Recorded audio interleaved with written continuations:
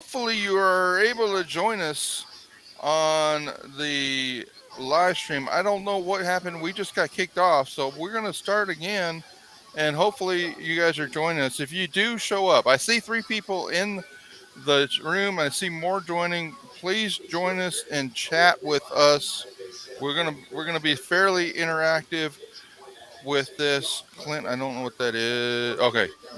I'll let you refer to that, Clint, as we go. So, guys, I have my two of my favorite people in all the Astros Twitter universe here with me. I said, like, who am I going to get here with me to celebrate the end of the season, looking at the postseason?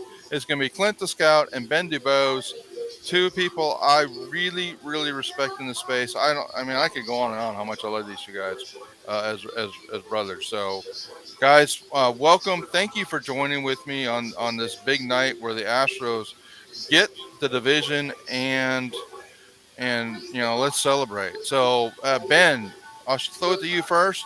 Give us your thoughts.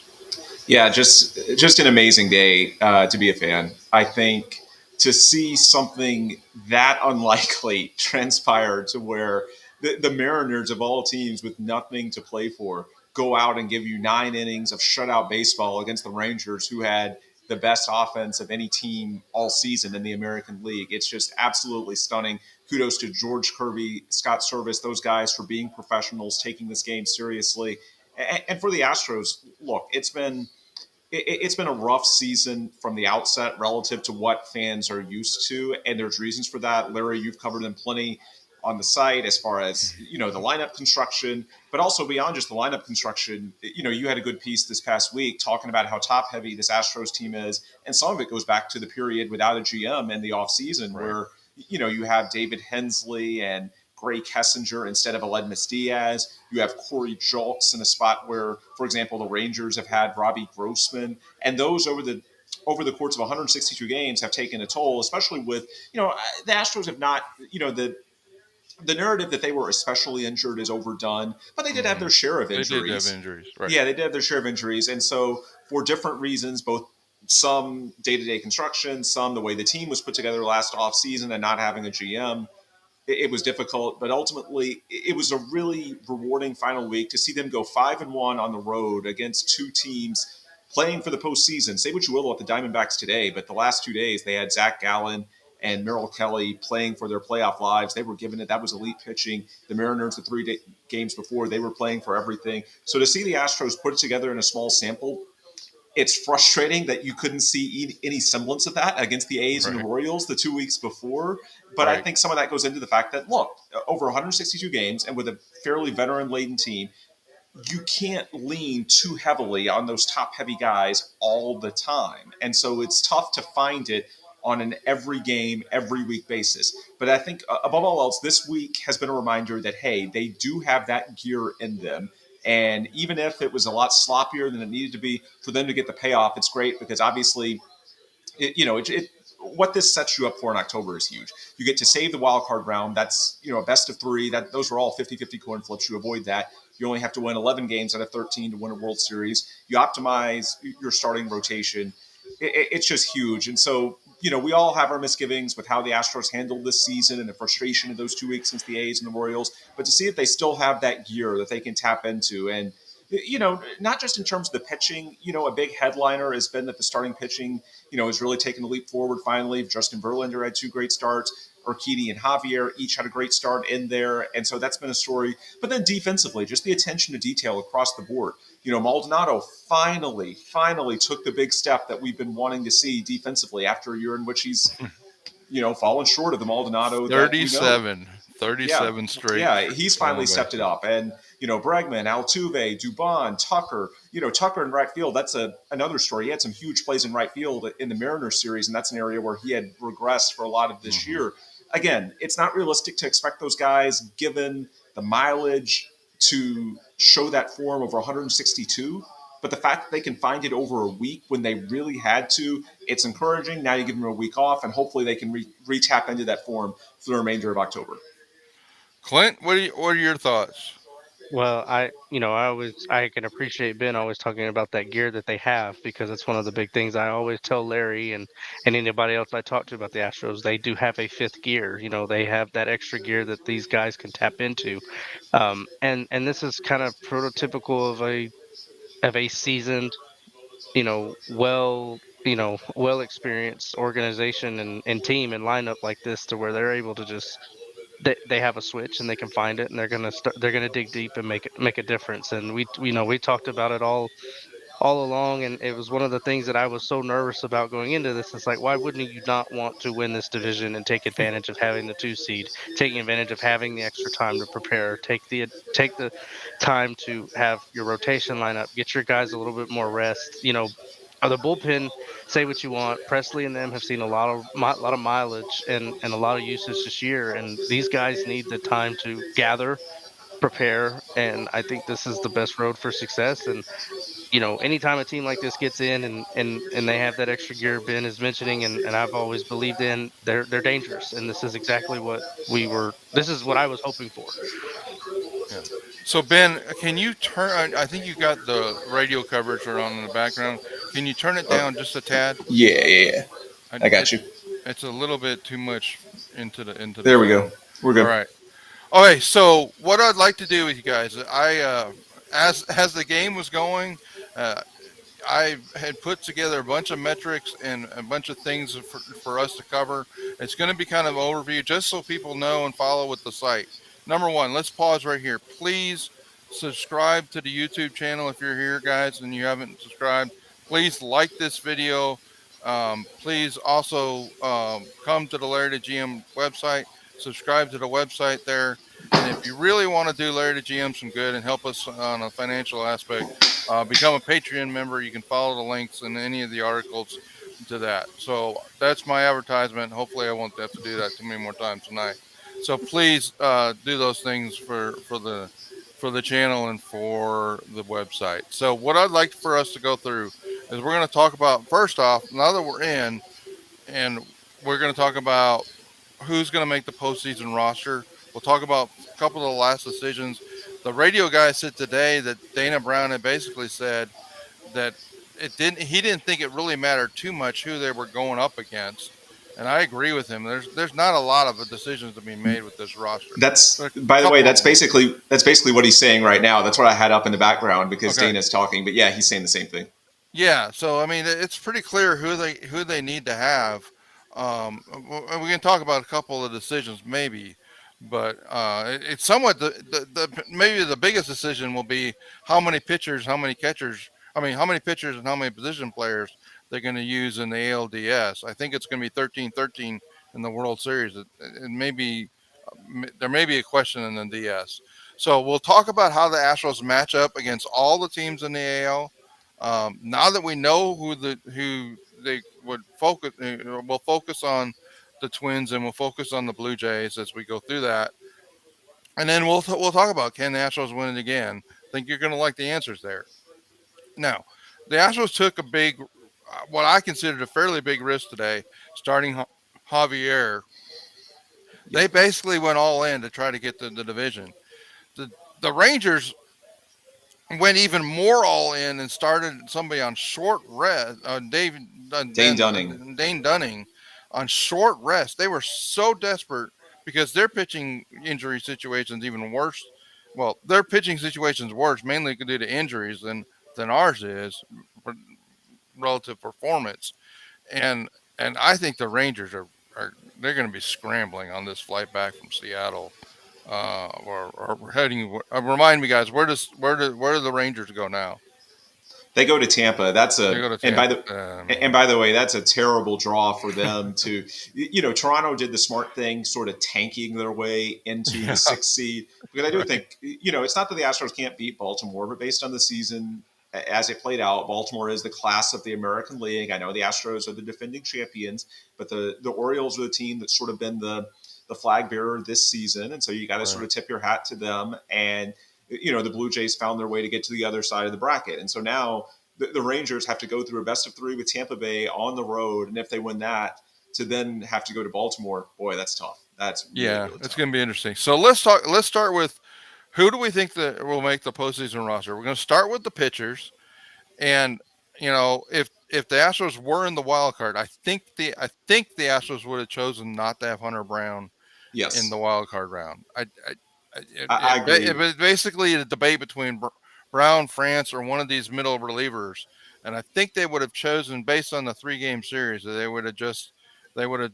have used Urquidy and Javier. Javier, I think they would have actually put him on the postseason roster for the wild card, assuming that they would have used him in Game 3 on 4 days on 3 days rest. But that's where I think they would have gone uh, and they might have taken Javier off and put France on, but at the end of the day, we don't really have to worry about that because I believe that they are going to carry just because of the nature of the pitching staff and the challenges they've had. I think Yeah, what we're going to see with this pitching, it's going to look for all the fans that remember 2017, where the Astros essentially went a couple starters and then they went tandem starts several times in that postseason. I think we very well may see that with Javier and Brown, Javier and France, Urquidy and Brown, or Urquidy and France. So yeah. I think it will start with Urquidy, and I think we'll start with Javier. We'll ride them as long as they can go. If they can get through through the order, great. If they're 1.5 times through the order, that's fine. We'll turn it over to Brown or France, and they. I don't think it was a mistake that Hunter Brown came in and pitched the ninth inning tonight, guys. I think they wanted No, him to go through the process of getting warmed up to come into a game as a relief pitcher. and he was good And in that role in the yeah, postseason a year ago. right. And so I think that's what we're going to be. I give you guys the full season grades by I mean, if you guys have followed the site, I've been doing these grades periodically throughout the year. That's how those players grade out. You can see the challenges. Like Javier has a full season grade of D, and Urquidy has a full season grade of F. But I mean, that's not. I think Urquidy, he had a really good, nice start last time, and Javier was great today. So these numbers actually get better. Maybe he works himself into a C. But Clint, you remember in the preseason when we talked about Javier maybe a C pitcher this year, and we were getting laughed at like Javier a C. Why are you making him a C? Well, as he stands right now before the start today, it was actually a D, but where his FIP was. So it just is what it is. But you got Abreu and Presley. You got Neris. Neris's ERA is better than his FIP, mainly because the Houdini act that he pulls. It basically is very not good for the FIP, and he gets out of it, so he doesn't get the runs that he probably deserves to get.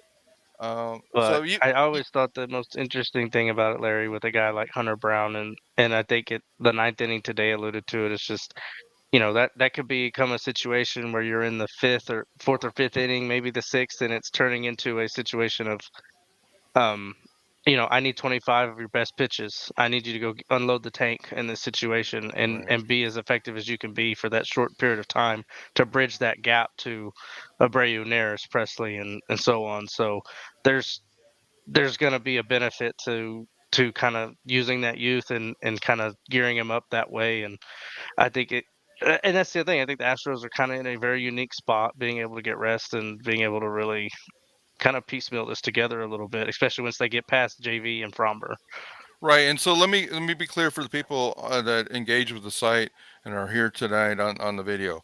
I will be deep diving into the matchups like I've been doing the matchup guides in August as we went through some of those games. I'll be revisiting that. You're going to get that content from me, and we'll understand how our pitchers could work against the other team, and how our team will work against those other pitchers. So be on the lookout for that.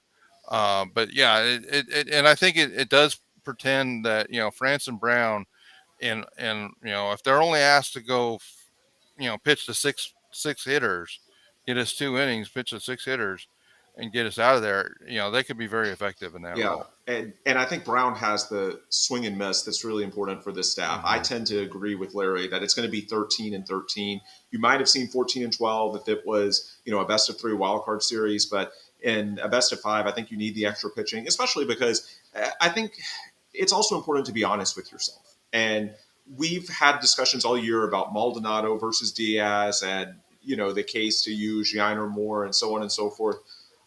Look, we can say what should happen all day, but in terms of what will happen, it's pretty Right. clear the way Dusty's going to manage it, especially for his high leverage arms in the playoffs. And so, because of that, if you're not going to be super aggressive with your pinch hitters and making moves, aggressively throughout a game, then why would it be worth considering a 14-man offense if you're not going to use most of those players anyway? It's one of those things where if you're going to be fairly traditional in your offensive approach, which Dusty Baker generally has, and that's a great point by James. Yeah, Dusty doesn't pinch hit as much as other managers. So lean on the side of more pitching. And Hunter Brown, for all of his struggles, there's a long lineage throughout MLB history of pitchers with control issues who struggle to really pan out as a starter because they can't harness that control Right. quality. But then in a bullpen role where you're talking about 1 or 2 innings, then it gets really, really intriguing. And he does have that prior postseason experience, so it's not like Dusty's going to be, hesitant to use him in a big spot.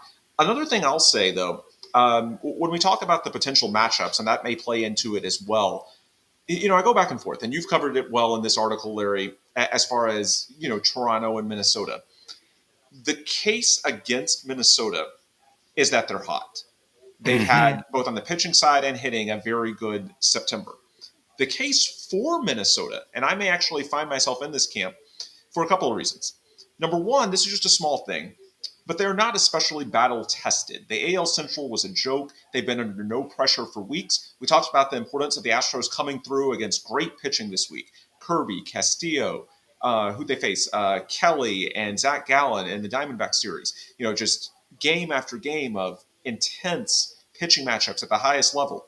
The Twins have largely coasted. They have not had to go through that. So there has not been a lot of pressure for their hitters if they've put up those big numbers. So they are hot, but I would put a slight asterisk on them in that, again, you've had an 8-9 game lead because of a terrible division. Not sure it's exactly an apples to apples to what Right. the Astros have showed us over the past week. The other reason why I lean to the Twins over the Jays, and I'm sure some will say, what about playoff Springer? You can also point out, what about playoff Correa if you're playing the Twins? There's one former Astro on each of those teams. The bigger factor for the Twins, they lead MLB in strikeouts, and they have the most of, I Mm. want to say, any team ever. They strike out a lot offensively. And I really like that for the Astros because one thing you can say about most of, I don't know if most is right, but the Astros have a number of pitchers who can struggle to miss bats. And Mm. I think the fact that with this pitching staff having the struggles that it has at times, being able to get a bit more swing and miss, which a lineup that does that a lot with the Twins would give you an ability to do, that might be sort of the ticket to getting you out of, some tough spots on the pitching side. Because both of these teams, they're fairly similar. They pitch above average, they hit above Mm-hmm. average. Neither is spectacular at either. One more thing that I will say that makes me probably want to face the Twins. So you look at the two aces, Sonny Gray, Kevin Gausman. Gausman makes me a little more nervous. He's someone that historically, I don't have the numbers in front of me, but I believe he's faced the Astros very well over the years. I trust him a bit more. Sonny Gray has been very good this year, but over his career, the consistency is not there to the extent it has been with Gausman. Now, one good thing, because those teams are going to have to go through the wild card round, they're going to have to burn Gausman and Gray on Right. Tuesday, so they won't be able to pitch until game 2, which will be Sunday. So the only way they would pitch twice against the Astros is a game 2 and then a hypothetical game 5 if it gets there. But I Right. will say, of the two, and the Astros have seen Sonny Gray a decent bit over the years, I personally, I lean to preferring Gray to Gausman. Gausman against the Astros over the years has been pretty tough. And then the other factor with the Twins, again, that swing and miss, I think that's useful for an Astros staff that, that's clearly the weakness of this team. And so if you can get a strikeout in a big spot, then that might really tip the scales when you're in a difficult situation. Right. So let me be clear with folks. I will put together tables similar to this for the teams that the Astros are facing as we approach those series. Okay, so we will have lots of deep dive content on the teams we're actually facing. In this article, you'll see that I kind of did a more of a general view of the six teams. Let's talk about the hitters. So I think the simple answer related to the hitters is they're going to go into this series with the same 14 players that they've had in the month of September, which includes Gray Kessinger as a potential defensive replacement and potential steal candidate. Now, one could say that they might go to Corey Jokes. Brandon is making a statement. He thinks they're going to go to third catcher.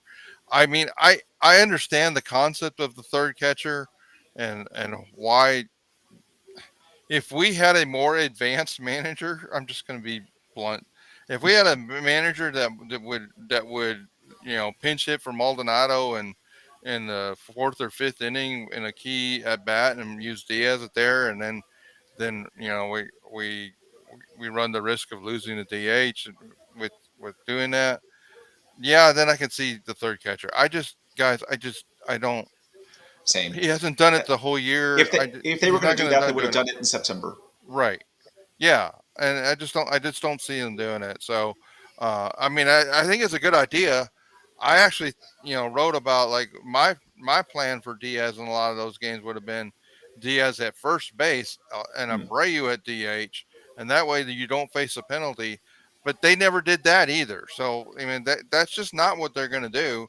And I'm not even sure per these lineups. I mean, I went ahead and I put the lineups that I expect that Dusty is going to use, right? That these are not my lineups. My lineups would have that we have Yonder Diaz facing every single right. I mean, every time I did a matchup, I cut the Astros when I did the matchup grades minus 2 points for putting Maldonado in versus a right-handed pitcher, but it's going to happen, and it's silly. And if you really want to understand how silly it is or frustrating it is, go read the last article about the catchers and the matchups and I'm not even using any projected stats. I'm using season long results to 159. So you know and I know that and Brandon again related to Singleton. I know people, everybody. I want you to focus on this pink cell right here. Yes. Singleton, ex Woba. I know you guys love to make fun of me for me talking about ex Woba as much as I do. But please understand that Singleton has been horribly unlucky. His BABIP is unsustainably low, which means if Singleton had 4 or 5 pinch hit appearances in this postseason, he's overdue for a big hit in every single one of those because of his BABIP luck. So Yeah. just understand, like, and this is one time I completely agree with Dusty. Like, hey, that's why Singleton's here. There's a right-handed pitcher out there. I'm going to go to Singleton versus that right-handed pitcher if I'm going to pinch hit, and that's why he's here. If I'm not going to use him, then Why is he here, right? And so just be prepared for that, and because it's going to happen in the postseason. Yeah. I will also say with Singleton, he's a classic case of a guy who fans just look at his low batting average and they're so upset that they can't think straight. If you look underneath the hood and realize that, of course, that low batting average is beyond being unlucky, it's just a ridiculously small sample. There's a Right. lot to like if you actually watch the consistent quality of hits at bats. And yeah, I agree. He will and should be on this postseason roster. The one other guy that I'll point out that's more important than I think a lot of folks think, and I've been critical of him myself, but I just want to underscore why he is important to your postseason formula. Jake Myers. If you Mhm. go to 13-13, the way I think we all expect the Astros to do, then you're not going to have Gray Kessinger anymore. And so while it's not like you're going to be planning to take Jose Altuve, Jeremy Pena, or Alex Bregman out of a game. At the same time, look, injuries happen. Somebody can pull a hamstring. You can get in a tight spot. And in that scenario, Dubon is the only other infielder that you have. And so if Right. Dubon is needed for infield coverage, then who's your outfield coverage once Dubon is Right. out of that mix? And so that's where Jake Myers is. I don't want to see Jake Myers starting any games, and I don't think Right. he will be. But I do think he's important to this team because assuming they go 13-13 and you lose Kessinger, then you are going to need to keep Dubon somewhat in the infield mix, and that means having a key role for Jake Myers as well. Right, and thanks for resetting that because I said they're going to have the same players they have right now. They have 14 right now. They have Gray Kessinger, and if they go 13-13, which I do, they will do that in the World Series. The only question is, are they going to do that in the ALDS? And I think they will, I do Clint, too. because of the pitching situation. Because it's really the pitching situation that affects this balance that we're going to have, and because and what I mean by the pitching situation is we don't really know. I mean, it's a crapshoot what we're going to get when we have Javier out there and when we have Urquidy out there, and you may need you may need every one of those 13 pitchers to get through the series if those two have bad starts. Yeah, Clint, I did you have think. anything to add to that, Clint? Go ahead, Clint. I mean, I I agree with the 13-13. I don't see the Astros being in a position where they can put a lot of risk or put a lot of lean on on the pitching staff like they could last year. That it's just not the formula for them right now. My basic formula for the Astros for this whole season has been you need to drive in runs, you need to put yourself in the best position to force um force the other team to be in a little bit more of a higher leverage situation where they need to get runs. They need to be more aggressive at the plate so that your pitchers can get the swing and misses. So you can start working towards the strength of what some of your arms have. Because I did not see some of the things repeating from last year. So that's really where I'm at with it. I kind of don't think anything really changes. I'm just kind of, I just would really hope that in those situations, in those spots where we could use a big bat, that Yiner gets a look and we kind of, maybe Dusty breaks the mold a little bit and kind of works with us a little bit instead of stressing us out like he has periodically through the season. Well, yeah, because I think what you're alluding to is that I do not expect the Astros to win too many games like the last two that they've won. I think they're going to be more like six to well, I'm sorry, the two previous games before today. They're going to be more like 7-7-5, 6-4. There's going to be runs on both sides. I don't expect our pitching staff's going to shut down either one of those two other offenses we face completely, Hmm. and I think we're going to be scrambling. I think we're gonna need to be strategic with our pinch hits and such. Now, I will say this about Dusty Baker: he did a better job of managing the postseason than he did in my opinion, than he did the regular season last year, and that's because I believe, and I've documented this too, that Dusty Baker really, really, really manages a lot for rest during the Yes. regular season. And when he gets a postseason, he finally starts managing more the way Larry DeGio would manage, which would probably wear my players out. But I mean, I'm just saying, like, I just expect that that's Well, going to happen. and one thing that could be really big for the Astros from the perspective of rest is that at least for the first round, unlike a wild card series, there's no potential for 3 games in a row. It's Right. Saturday, Sunday, Tuesday, Wednesday, and Friday. And both of these teams, but the Twins in particular, are very right-handed heavy with their pitching. That means that Michael Brantley needs to play a key role here. Yeah. This is, we know the issues he's had with his shoulder. I don't believe he's actually started 3 games in a row I at know. all. So, and we know he recently had the issues again. He did finish the season starting 3 of the final 4 games, I believe. So that seems to be a pretty promising sign that he's trending in the right direction. And I think, you know, adding another left-handed bat to the mix is going to be really, really important. And that's where this sets up so well for the Astros is that unlike a wild card series or a league championship series or World Series, the fact that you can go through the whole series without having 3 games in a row, that should Right. make it hopefully pretty easy for you to optimize Michael Brantley. Right. And I haven't gotten to it yet, guys, but I'm just going to tell you my secret weapon for the Astros in the postseason is Michael Brantley, and he's not such a secret, but we we really, I mean, we've seen signs of what Michael Brantley can do, but that's how important he is to balance the lineup, and especially when we look at right-handed pitching staffs. Because if you understand where this team is getting runs versus righties versus what they would project to get versus lefties. This team eats lefties alive, Yes. and the righties. So the more righty dominant the pitching is, and a lot of the teams in the Yeah, that's postseason not as are, great. So, it's not yeah. that's not great for the Astros. All right, let's go. So there's the lineups, and we talked about a lot of several things. But let's talk about the matchup. So, guys, for these team grades on the matchups, I changed the scale so we could get some differentiation between these postseason teams. But really, what I did is I said basically 10% of the league is going to be A plus A or Sure. B, and 10% of the league is going to be D or F, and then I'm sorry, 10% of the league would be F or A plus or A, then up to 20% would be D's, and then the middle 20-30% would be C's. That's the way I set those scales. So Larry wasn't pulling numbers out of his butt. I really did try to put a bell curve on it. So all right, so for this, I want you guys to we're gonna go three categories. We're gonna look at the whole season, and then we're gonna look at the from the post All Star game, and then we're going to look at it from like who's really hot right now in September. And the reason for that is you're going to see some of these teams like the Rangers that were really hot early.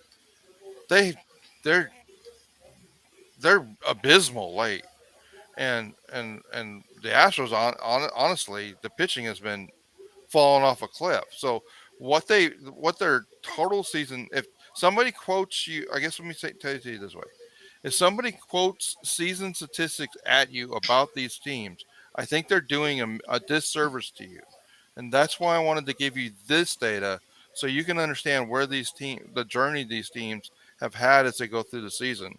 So there's the season stats. I'm going to quote them to you, and you can see that, hey, the Rangers would have had the best offense for the season. That's no longer the case in the second half in September.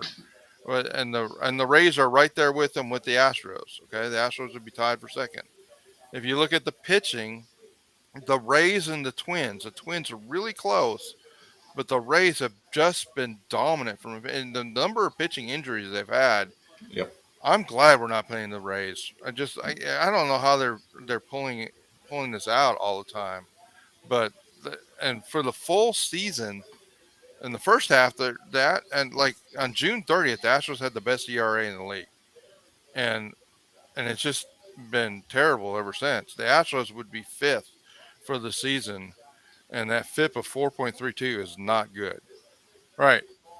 So if you look at it from like you look at the winning percentage for the season, you look at the average of those rankings, you look at the delta runs. This is per game. So up here, I give you the runs that they scored per game from on the offense and the runs they scored, Yep. they prevented per game from the pitching. You can see that the Rays have a delta of 1.2 runs per game. I mean, this analysis would lead. What's interesting about this analysis is almost never going to say that the Orioles were the best team of the year, which is kind of weird. I mean, it tells you that they've done a really good job of maximizing and clutch. Yeah, They must be they've very always clutch. underwhelmed the metrics. Yeah. Yeah, they must be very clutch. Their winning percentages way outweighs that their rankings here, and so you got the Rays really being to me the scariest team in the American League. For if you look at it from a year long perspective. Any additional comments or questions about that before we go forward? I would just say quickly, to me, the Orioles are actually a bizarro version of the Astros in that even though they're mostly young, they are also very top heavy. And so I think that's why Mm-hmm. they lag some of the metrics. When they're dialed in and, they need to lengthen a game, then the quality of at bats that they can get is extraordinary. And they play well on the big stage. We saw it when they played the Astros 6 times in August and September. But there's still some holes, especially on the pitching side, to where you think of a lot of young teams that are entering the steep rise part of their rebuild as being Mm-hmm. very deep. I wouldn't necessarily describe the Orioles that way. The Right. Orioles are more dominant because they have a young core that is just insanely good, and when they can lean on those guys, and I think they've had fairly positive luck with health this year. Felix Batista excluded, Right. um, that's where they can really churn out a lot of wins. They're sort of like a bizarro version of the Astros. Even though they're young, I think they do have a lot of guys who are clear negatives. And when you have, you talked about that with the Astros plenty, Larry. Like when you have guys like Corey Julks and Gray Kessinger that are just really, really bad, like just below replacement level, then that's going to skew some of your overall metrics. Right. Correct. Exactly. Clint, anything on the full season before we go to the All Star game? No, I think it was my biggest surprise is just the Rays have just been incredibly resilient in the face of all the injuries that they Yeah. had, and I think what also this kind of speaks to is the top. We compare the Orioles and the Astros top heavy, but the benefit of the Astros is even in the midst of all the struggles and everything, they still maintain and still are very competitive and still have a lot that they can bring to the table. Um, and it's just going to be. I think that's what's going to make this postseason so interesting. But I also think that's what drives the value of being in that 2 seed right now is where they Correct. ended up and forcing teams like the Rays and others to play a 3 games, play a wild card series before they even get here to see one of us. So Yeah, I think you're right. So let's look at since the All Star game, and I know I've tweeted this. I know I've talked about this in multiple articles. You guys should not be surprised if you follow Larry the GM. The Astros have had the best offense in the major leagues since the All Star break. Well, they're Yeah. basically they're tied with I think it's Atlanta nationally. From the American League side, they're the best, and you can see it here. 127 WRC plus. That's great. The xWOBA, that's great. 5.7 runs per game, number one rank. And the Twins, you know, here they are, 120, 125. The Twins have been really good, and the Twins have been beset by a ton of injuries on their from the position players. They've had Correa's. Did Correa play today, guys? If you can check that, I don't know. They were talking about Correa's going to play today, and they were going to try to get Buxom in. They were going to try to get some of these key players back for them because they've had a ton of injuries that they're hoping can come back. And so, since the All Star game, the Astros have had the best offense, and you see where the other teams have relied, and the Blue Jays have been pretty pedestrian overall, really. And the Orioles, again, it's the Orioles. The metrics don't match up with the performance, so there's their offense. No, The Correa pit didn't play. no, Correa didn't play today. Correa nor Buxton played today. it's going to be interesting. I'm not even sure I'm glad I'm not having to write this article about the Twins right now because I don't By even the know that I would have been able to get through the first section because I'm not sure who's in, who's out, who's playing, who's not. Like, Yeah. By the way, two quick points I want to get out there as far as the comparison since the All Star break.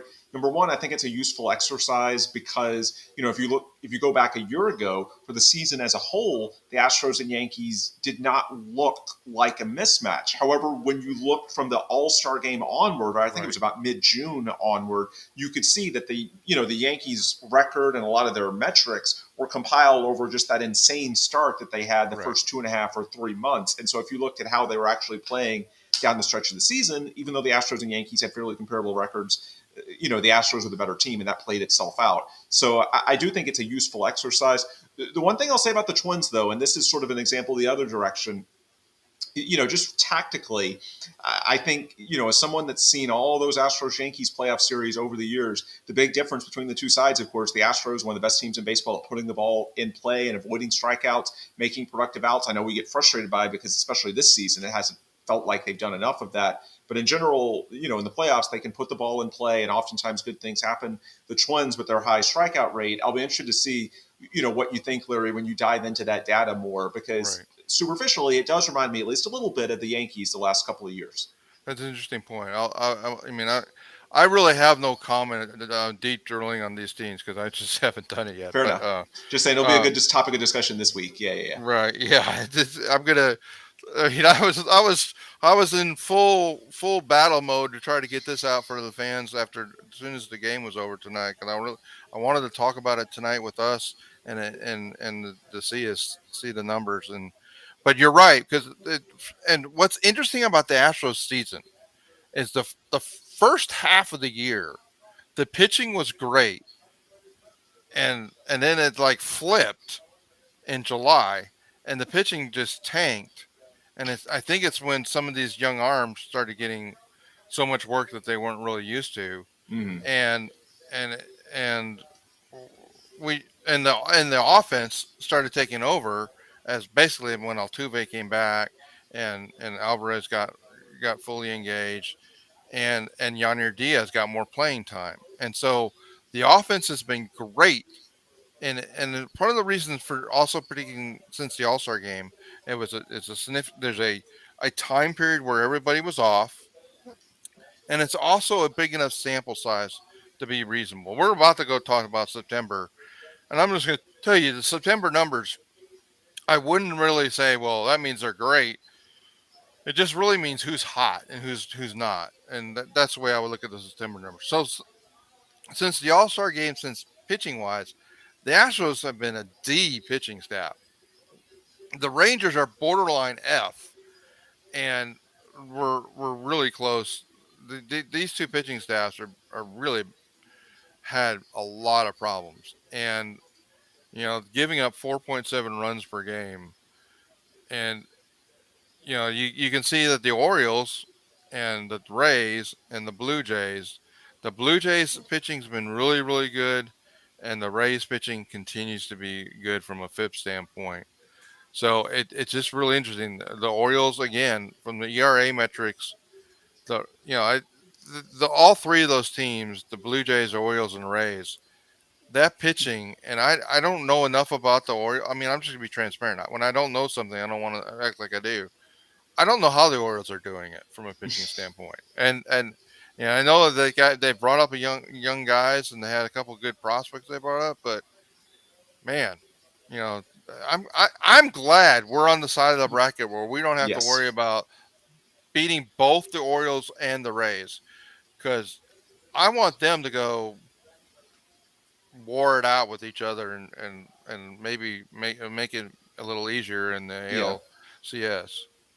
By the way, one thing about the pitching of the Twins and Rays, we talked about how right-handed heavy they are with their starters. One thing to think about, and I don't know if either of you has insight, just off the top of your head, as far as which Astros fare best against high velocity, because one theme you're going to think about with Duran with the Twins and Jordan Hicks with the Blue Jays, those are two like 103, 104 insane, ridiculous velocity to the point where there's very few parallels around the league. Like it's one thing if we're Mhm. talking about guys 98, 99. These are two of the small bucket that can actually hit 103 on a semi-regular basis. So I do think that when you put together your lineup, not just your starters, but obviously who you might need to pinch hit late in the game against one of those guys, then you do need to think about who's potentially pretty good at hitting super ridiculous velocity.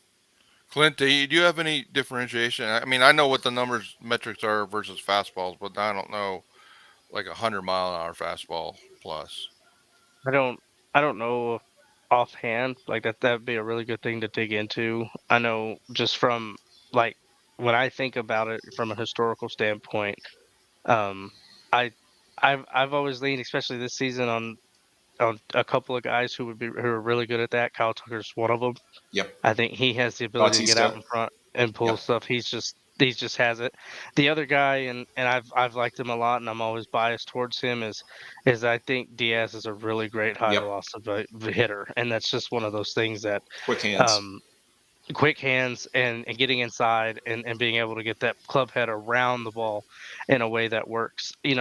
Guys that it's really I don't see it being favorable to is I don't see it being favorable to Abreu. And actually I would even throw Chas McCormick as one of those high velocity guys. He's a very interesting one that is always kind of peaked up and perked up. The next thing you know, somebody's hitting 98, 99, and Chas McCormick is driving that baseball. And so it's just kind of unique, but and I hate to say it that way because I love some of the guys, but I'm not sure if 100 plus is going to be good for like Jose Abreu, if it'll be good for Bregman or anything like that. But those guys come to mind. And another one that might be sneaky on that high velocity is Pena. I know he Mm. hasn't had a very good season, but he does have a very interesting swing that his hands are inside and quick round through the ball, that he might be a really good person to face that 100 plus day in and day out. Did we lose Larry? I think we I think did. we just lost Larry, and Oh now well. everybody's going to look at me. But yeah, and I told Larry by DM I've got to hop off in about 10 minutes anyway.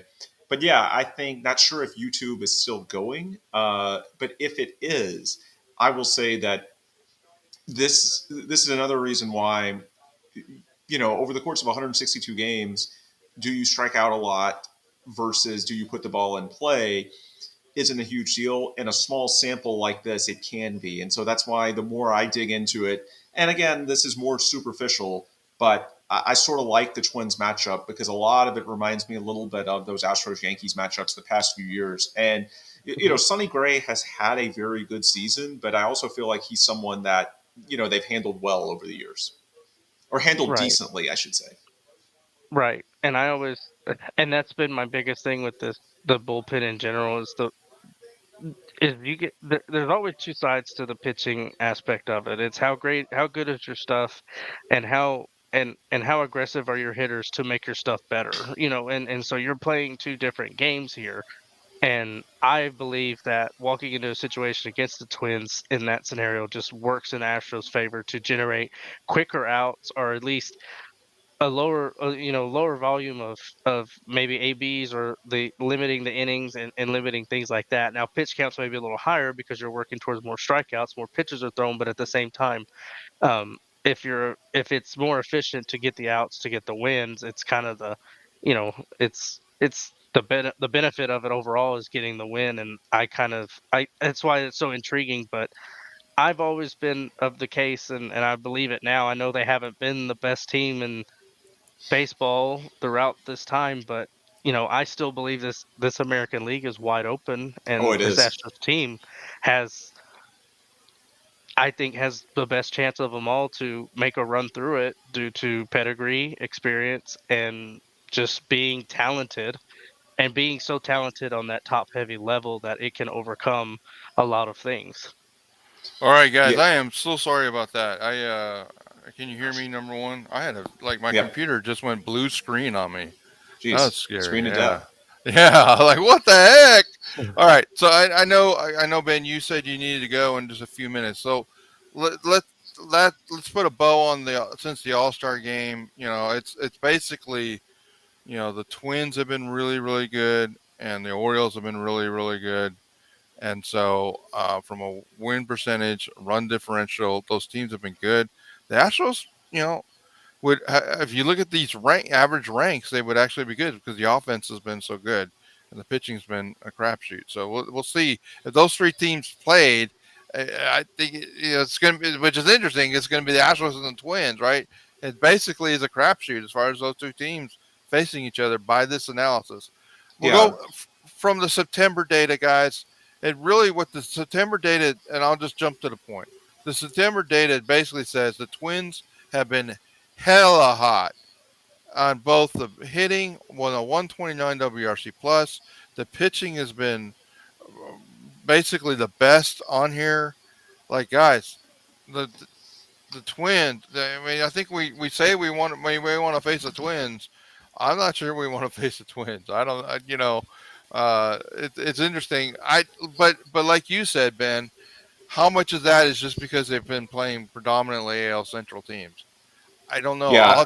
I will dig into that as we look into it. Well, and one thing I'll tell you, just looking at their game log in terms of September, they won one series against a playoff team, Well, that's good. and that was the Rangers. The first 3 days, they got Oh, 2 out of 3, and one was in extra innings. Other than that, you look at this. They took 2 of 3 from the Guardians, took 2 of 3 from the Mets. They lost 2 of 3 in Tampa. The one win was 3-2. Took 3 or 4 from the White Sox, took 2 of 3 from Cincy. And then their final 10 games, and this is where I think the context matters: Angels, A's, Rockies. They have Yeah. fattened up on a fairly weak schedule and without a lot of pressure. So the numbers are daunting. I agree with you on that. I just think that there's a little bit of, an asterisk I would put on it, that they haven't really done it in a pennant race, and their schedule, it allowed them to get hot at a good time. So one thing I do want to say in general about the fastball pitchers that you questioned you asked. So if you look at the Astros statistics when I was doing it by fastball pitchers, breaking ball pitchers, and off-speed pitchers, the Astros are a fastball eating team. And Yep. and I think this is actually why their record against some good teams, and actually the record against good pitchers, is better than some of these Yeah. bad teams that are throwing off speed pitches. They don't they don't hit the slider well. They don't hit the changeup well. But by God, they hit the four seam fastball really well. They hit the sinker really well, and it's kind of amazing. In fact, that's really the story of Abreu's season. Even when Abreu was having a horrible time in the first half of this year, he was still hitting fastballs reasonably well. He was just doing absolutely nothing against sliders and curveballs, and there wasn't even a good enough sample size against off speed pitches. But And since a he's ton of come kudos to him for the way he's played these past few games because he's right, been because he's come back, and since he's come back, he's hitting the slider. And I think today he hit an off-speed pitch. So it's like that's cause for celebration. There's one other aspect in this article I really do want folks to get a handle on, and this is when you think of these teams, and we referenced it relative to the Rangers. The Rangers pitching health is they might write history books about how bad it's been. It's they entered this season with arguably like 8 starting pitchers, and they entered the postseason with maybe two. It's crazy how much pitching uh, that they've lost. And the Twins have had a lot, like we covered it with Buxton and Correa, but there's several others that they've lost from a lineup standpoint. So and we talked about Batista for the Orioles. That's a big loss for their bullpen. So relative, I think the Blue Jays are probably the healthiest, and the Rangers are the Astros. And so when I scored it a B on starting pitching, I was saying I'm factoring in, well, they don't have Lance McCullers, they don't have Garcia, right? So, but from a health standpoint, the Blue Jays and the Astros are relatively Most healthy ready. compared to they're Yeah. most ready for this postseason. By the way, one last point I want to get out, and then I got to hop off. Okay. As far as the Rangers and their health, I know they're your rivals. I know they're from Dallas, or well, Arlington, but come on. Um, you have to feel bad for those fans on some Yeah. level. I mean, I know we love to rub it in their face, but look, for a franchise that is the closest to ever win a World Series and not win one, literally being one strike away on 2 occasions, one catch away, not putting a defensive replacement in for Nelson Cruz, and so on and so forth, to lose the division by losing 3 of your final 4 games on the Right. road, 2 of them being shut out, and the finale a 1-0 loss against a Seattle team with nothing to play for. And truth be told, probably most players in the Seattle clubhouse would have loved to have stuck it to the Astros by Right. losing today. Not saying that the guys who go on the mound are going to feel that way. No, they're going to try and Right. execute. But you know, for the Rangers not to get a win under those circumstances, that's just devastating. And injuries are a part of that story. Certainly them starting Dane Dunning on 3 days rest and Martin Perez. Basically, those were 8 innings that you logged out of just journeyman. Yet at the same time, look, that's not what lost them the game. They lost 1-0 because the high-powered offense and everybody was out there. Marcus Semien, Corey Seager, Jonah Heim, Nathaniel Lowe, all your big bats were out there, and they could not get one run against a Seattle team that, they had good pitching, but not necessarily their best. Hell, there was one inning where the Mariners literally threw a reliever that was called up today from Double A, and he that's went 1, 2, 3. that's So wild. yeah, just absolutely stunning. And that's a team that that's 2 shutouts in their final 3 games with everything on the line. the against an team, offense that was like yeah, epic led in the the beginning American at the League. beginning of the Led the year, American right? League. Best offense in the American League all year. Shut out in 2 of their last 3 games to lose the division. I mean, that's stunning. So, yeah, my closing thought, I won't feel too sorry for him because it's Dallas, it's Arlington, it's the Rangers, but boy, that's rough. And now their reward, not only do they lose the division, but you get the side of the playoff bracket that has the Rays and Orioles, which is Right. pretty damn tough for the reasons you've been laying out, as opposed to the Astros. There's arguments both ways in terms of, do you want the Blue Jays, do you want the Twins, but I'll tell you what, whatever the outcome, I want one of those teams a lot more than I do the I don't, Orioles or yeah. the Rays. That's for sure. With So that, I'm out. but Ben, can you give me like 30 Sure. seconds on? Do you think the Astros can win it all? What are your answer the question? Can the Astros win it all? Yes, strictly because I really don't fear any of the teams in the American League. Now, I do fear the Braves and the Dodgers if you get to Right. the World Series, but at that point, the sample is so small if we're talking about one series. And honestly, the Dodgers aren't that dissimilar to the Astros. They're very top heavy the same way that Right. Houston is. So I don't think that's a terrible matchup. But the bottom line is, if we're talking Braves, Dodgers, Phillies, just, a 7-game series, anything can happen. I think the Astros have a chance to win it all simply because I don't see another team in the American League that is clearly better. And so, because of that, if you have a chance to get to the World Series, you've got a chance to win it all. And I do think they have a chance to go to the World Series because when I look at those other when I look at those other AL teams, I just don't see anyone that's especially scary. There's plenty of teams you should respect, and I'm not saying they're garbage. There's plenty of teams that are capable of beating the Astros, but I don't see any that makes me think on the American League side that the Astros can't do it. Right. And I would say the odds like doubled today when they For got the sure. division. All right. Well, thank you for joining, Ben. I appreciate it. Absolutely. Thanks for having me, man. And We'll we're talk gonna soon. wrap up here. Yeah, we'll talk soon. We're gonna wrap up here in a little bit. So, Clint, your thoughts on can the Astros win it all, or maybe some keys that you have for that question. I mean, I've said it all season to anybody who has wanted to listen. They can win it all. I did not see the American League as a league that was going to be something that would get out of hand and they would be completely out of the running as the top team in the AL. And I firmly believe if you get to the World Series in a 7-game set against whoever, I think the favorites there are obviously the Braves.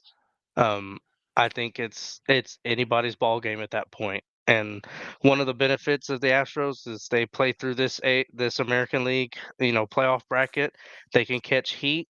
They can get the rotation set. They can get a little bit of rest for these guys, and then they can hit the ground running. And if they can find a way to put some offense together to alleviate and allow Dusty and allow Miller and all those guys to manage this pitching staff well enough, I think they can get through, make it a point, and they're dangerous. They've always been dangerous, and I've had a feeling they would be dangerous in the event that they got in, especially with the days off. And I still believe that having the extra gear and having the mindset and having the experience is going to pay dividends because a lot of these guys, and we've seen it. I mean, the Rangers struggled in these high pressure moments when they had a chance to win the division. Um, the Orioles are young. Can they withstand the pressure of facing the Astros in an ALCS if it rolls out that way? Can these teams stand up against what the Astros bring to the table, not just from a talent perspective, but from a energy and an aura and a mentality perspective? Because I don't want to sit there and say that there's nobody in the Astros clubhouse right now that is looking at this like there's no reason why any of these we can't win this whole thing again. Yeah, I mean, I just want to remind folks, Clint the Scout, my buddy Clint, he said the Astros were going to win 87 games. Somehow they were going to magically be able to win the division with 87 games. That they would, Clint, now remind me, I think you said they would go to the World Series because they would be basically along the way to the theme that we've had today. Once they got in, they would be dangerous, and that's what you just Yep. said, right? And Yep. like they may not, they're in many ways, guys. The Astros are better built for the postseason than they are the regular season. And that goes back to what Ben said about you play 2 games in a row, you day off, 2 games in a row, day off, and then you get game 5 in the ALDS. And then the World Series, it's 2 games, day off, 3 games, day off. 2 games, and that timing allows Dusty to manage differently. He doesn't manage as much for rest under another scenario. He manages much more aggressively because he doesn't worry about the rest of his players, and he starts to manage more like Bruce Bochy, who runs out the same guys every single day and tries to win them all, right? And so, yeah, I think that the Astros can win it all. I will tell you my and people that were on Twitter Space with me last night, like, Larry, you're way more positive right now. Well, yeah, because something significantly changed.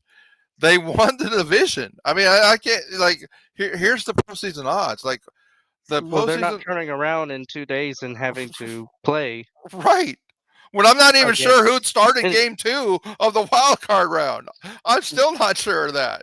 Well, and I think that was the whole point was, when I had conversations with other Astros fans and they're like, "Well, we'd be better off in the 6th seed." And I'm like, that doesn't make any sense to me. This rotation, this pitching staff is not made to turn around and be ready to go on the 3rd, play a 3-game series, potentially go all the way 3 games and then turn right back around and play a 5-game series. I said, "What wouldn't you want the week? Wouldn't you want the time? Wouldn't you want everything that put everything in your hands to sit there and say, "Hey, I've got all the time and the resources I need to get my guys ready." Yeah, it's just interesting. I mean, the Astros are now projected to be 19.8% odds of winning the World Series. I mean, so there you go. Fangraphs was telling you they got a chance. I mean, because that's second in baseball. That's only the Braves are better at 20.5. I mean, Braves, Dodgers, and Astros. That's basically what Fangraphs is telling you by their Yeah. methodology. Their algorithm is telling you that And the Astros have a chance. yeah. And that was been my argument all along with this team is it's just don't you don't want to run into a really good team in a 5-game series when there's a lot of pressure and a lot at stake because these guys have done it before. I mean, Right. they've done it. I don't Larry, we're talking about what's probably going to go down as the greatest era of Astros baseball ever. Especially if they were to go out and win this World Series. Yeah, It's I mean, gonna the guys. be We talked a little bit on Twitter Spaces last night. Like, where yeah, does the 23 Astros rank with the rest of the teams in this dynasty? Like, okay, I number one, you somewhat have to get through the postseason to actually answer that. But I'm telling you from a like team talent standpoint, the 19 team was the best team in this entire era. The 22 team and the 2018 team are neck and neck for being second. And and the Astros of 23 are somewhere in the ballpark.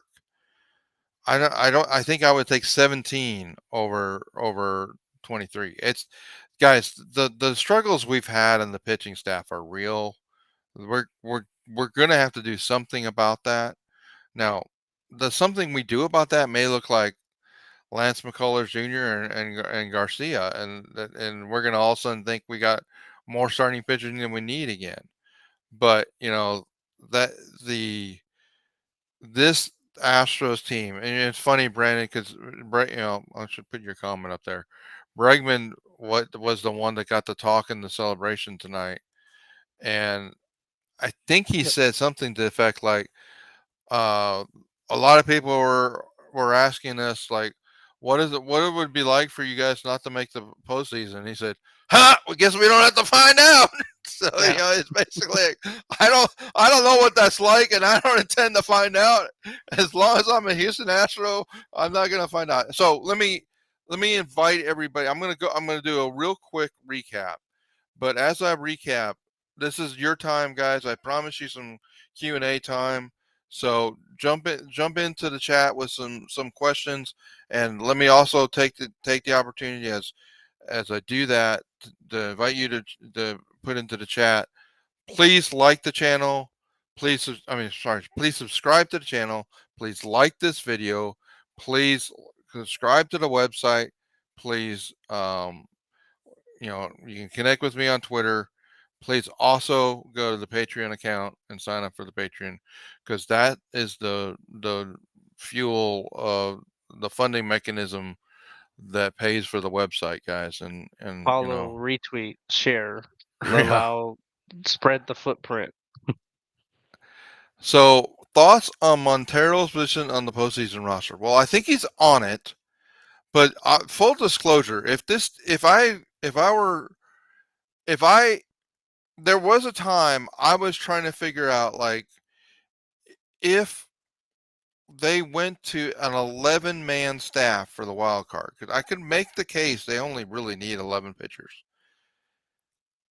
I was having the hardest time trying to decide between Stanek, Montero, and Graveman because all of them have pluses and all of them have negatives. And I really think I would have had to done Brandon to really make an official recommendation of who they should have on the postseason roster was look at those three pitchers and how they would match up their stuff, their pitch mitch, how that would work against the other team. Now, as we started the show, we said Dana Brown has basically come out and said, I don't think it really matters who we face. We're rolling with, and I think he's basically telling you they're rolling with these 13 pitchers, and they're rolling with the 13 yeses I put um, on the position players, and Mhm. I think in the background they're going to lobby to get Diaz at least one start in the ALDS at catcher.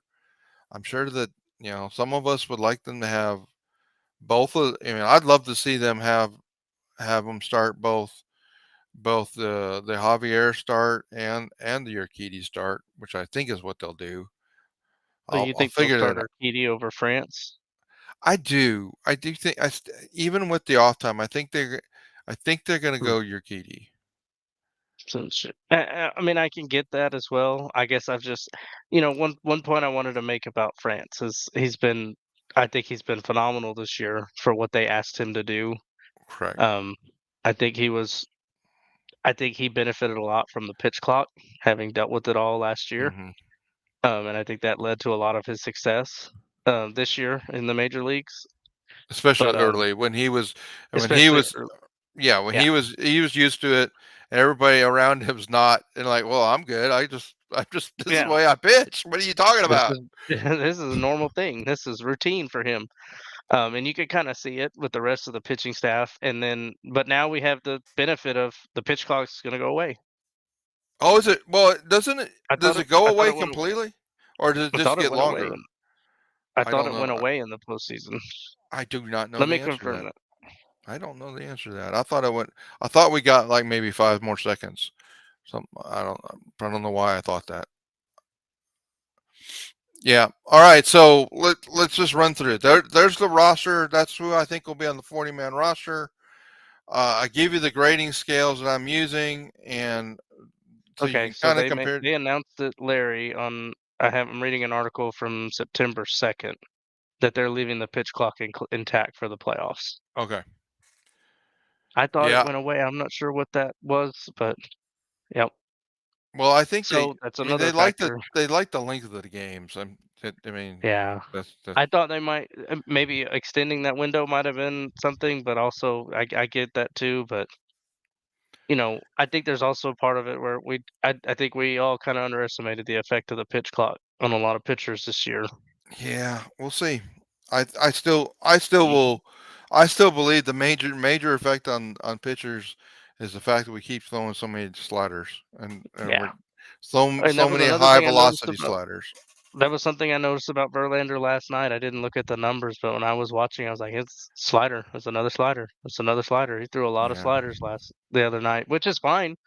Um, but I just was like, it's that adaptability that I think we talked about a few weeks ago when we were. I know it's always one of those things. But anyways, I don't want to get down a rabbit hole.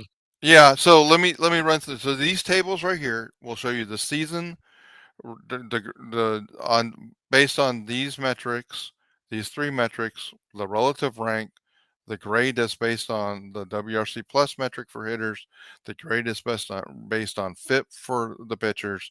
I'm just giving you how these teams compare right? And then Hmm. it comes down to this table here, and the win percentage. I did that for the season. I did that also since the All Star game, and I think that All Star game is really important to think about, guys. Then I also gave it to you for September. I'm gonna like I said a few times, the September number really to me is more just like who's hot, and the answer to Yeah. that is the Twins are really hot.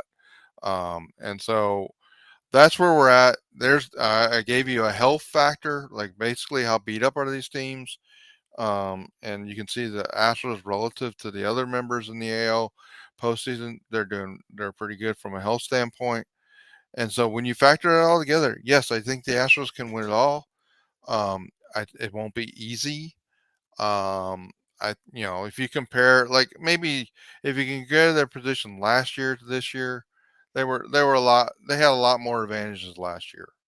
But I mean, at the end of the day, if you get a first seed or second seed, it doesn't really matter if you won it with 106 games or you won it with 90 games.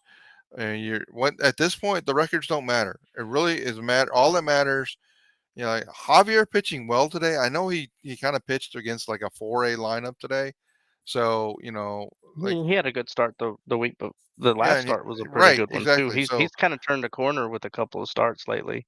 Right, and so I'm excited to see that because I think that could be huge in the game 3 of an ALDS series. So the fact that we're going to be able to give both Fromber and Verlander some rest before the series Presley and starts, Abreu, yeah, yeah, both of Braves, but both yeah, Presley, uh, and a bunch of the batters. Brantley can continue to rehab and get stronger. I think it all sets up to be very positive for the Astros. They're coming in. I think to be completely transparent with you guys, I think the Astros are better now to take on. Well, after this time off, they'll probably be in a better position than they've been all season long. And so because they have Brantley and everybody that can be healthy is healthy, and and so we'll see what and they I do. think one other thing I was gonna just say is, you know, it, they're gonna walk is they just went through this week and a half of high leverage, intense at bats, innings play, fighting for this position. And now they're going to turn that around, take that energy, thrive off of the fact that we pushed through, we made this happen. The 5-1 in these last 6 games. Um, in these moments, we made the most of it. We're going to turn around. We're going to get rest. We're going to get settled. We're going to have everything locked and loaded. I think that's a big benefit for them because it kind of puts the mindset. The mindset's already there. The gears are turning. They'll turn it on. And there's a bit of a lackluster feeling for some of these other teams that have been waiting and are already had it, or some of them are coming off low points, like the Rangers coming off what just happened with them, and then walking right into this series with the Rays is it's going to be tough. Can they bounce back from that? And then Yeah, I just mean the kind of Twins, like we said, the Twins. I'm not even sure the Twins know who they're playing. Right? no, They were supposed to have a couple players show up this week, and they didn't show up. So I don't know. I don't know yeah. what that So means for them. So the as Larry said, the Astros are walking in with like, we know the exact guys we're taking. We're gonna load the ship. We're gonna ride it out, and we're gonna go. I mean, there's really no overthinking this at this point. All right, well, guys, there you go. Like Larry the GM, and thanks for Clint the Scout and for Ben DuBose for joining me today. I mean, like I said, I thought of a couple of guys I really wanted to have with me to do this show, and I wanted it to be. I mean, we were trying to be database. We're trying to we're not just throwing a bunch of opinions out there. We're giving you data that backs up those opinions, and hopefully you guys appreciate that, and we'll enjoy more content as we go. Look for Clint online. Clint, go ahead and give your Twitter. It's at I have to look up my Twitter, Larry. I gotta make sure I read it right the first time. I liked it better when it was Clint the Scout. Yeah, The it's at Clinton_117. You can always just find Larry, and he has a bunch of tweets, and there's other stuff. So and you can always go online, and I have a few articles up there as well that you can find Yeah. me on. But worst case scenario, if you're really looking for me, just ask Larry. Yeah. I will send you to Um, him. And Clint's working on his own site and doing real yeah, good work there. So enjoy his slowly but content too, guys. surely. Yeah. All right, guys. So well, just so you know, as we go as we go forward, ton of content. Larry the GM will be working. I mean, you guys know I'm retired, but it doesn't feel like I'm retired these days because I'm a blogger who writes nonstop. So, And we might have to and be back on one of these streams before the first series starts to yeah, do a roundup and not a well, recap but a preview of the ALDS. right. We will look for deep dive content coming in on the actual opponent that we have, and yes, look for that to well, as soon as I can start writing it. Like I'm not gonna write I'm not gonna write two different versions of it. So, or I guess I'd have to write three right now. No, I'd have to write two different versions of it.